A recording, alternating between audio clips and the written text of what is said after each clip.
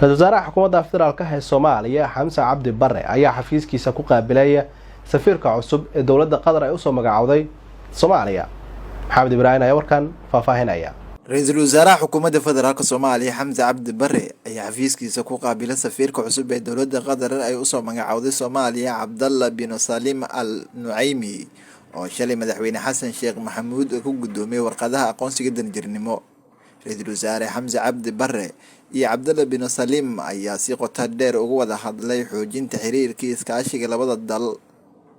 Safiirka cusub ee dawladda Qatar Cabdallah bin Salim oo ra'iisul wasaaraha ugu mahadceliyay qaabilaadda sharafta leh ayaa sheegay inuu ka shaqeyn doono xoojinta xiriirka labada dal.